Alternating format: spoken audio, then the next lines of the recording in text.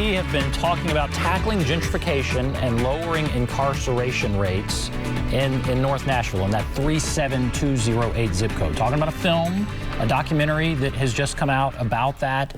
And really happy to have with us as our guest Rasheedat Fetuga, the CEO and founder of Gideon's Army. And in this final segment, where do we go from here? I've asked, I think, before, are you optimistic things are really going to change? But let's kind of encapsulate that, I guess, into your answer. Where do we go from here? Okay, so Nashville, we've got to think outside the box. Point blank, period. The things that we've been doing haven't been working, and that's why, I love Gideon's Army so much, because we're very innovative in trying new things, pulling together research-based best practices to create our own models that work in our communities, and it's community-led, so they're already bought into it.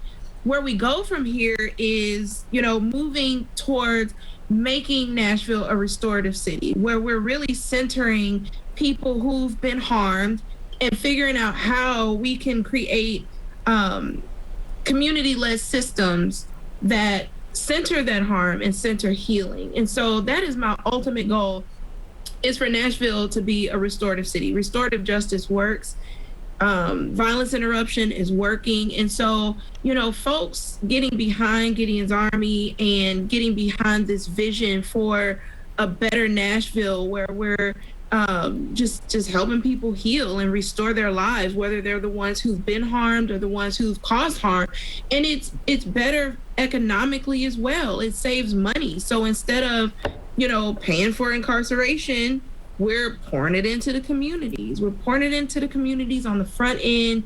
It costs less and the impact is greater. And so Nashville will be a restorative city in the next 5 years. That is my goal for this city, that we would just, stop doing things the way that we've always done. So is there a piece of legislation that you would support that would change something that's being done now? Or is there some, one specific thing you would change? Okay, so legislation, we'll have to do a whole other call for that one. But the one thing I think that people could really push for would be just, going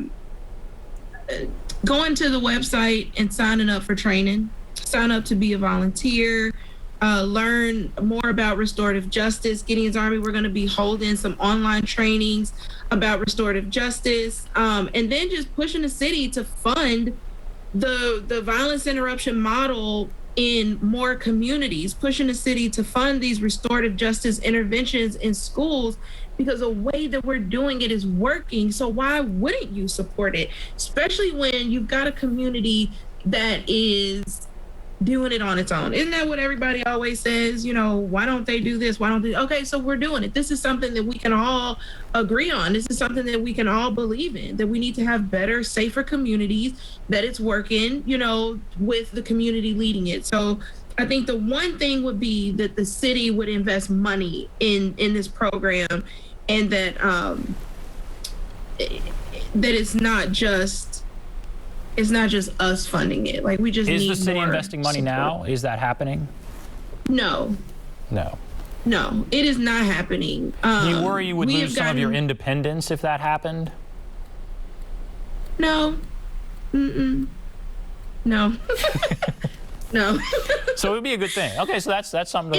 It would be a good thing. And usually, we don't focus on government funds, but for something like this that is a service to the city, I think that it has to be done. The donations that everybody sends in, Gideon's Army gave out over $500,000 in direct assistance to tornado victims and people with COVID, and it wasn't a lot of grants. It was $10, $5 donations that came in, but in order to expand, we need consistent money that we can spend. Thank you so much for being on. Thank you so much. Thanks.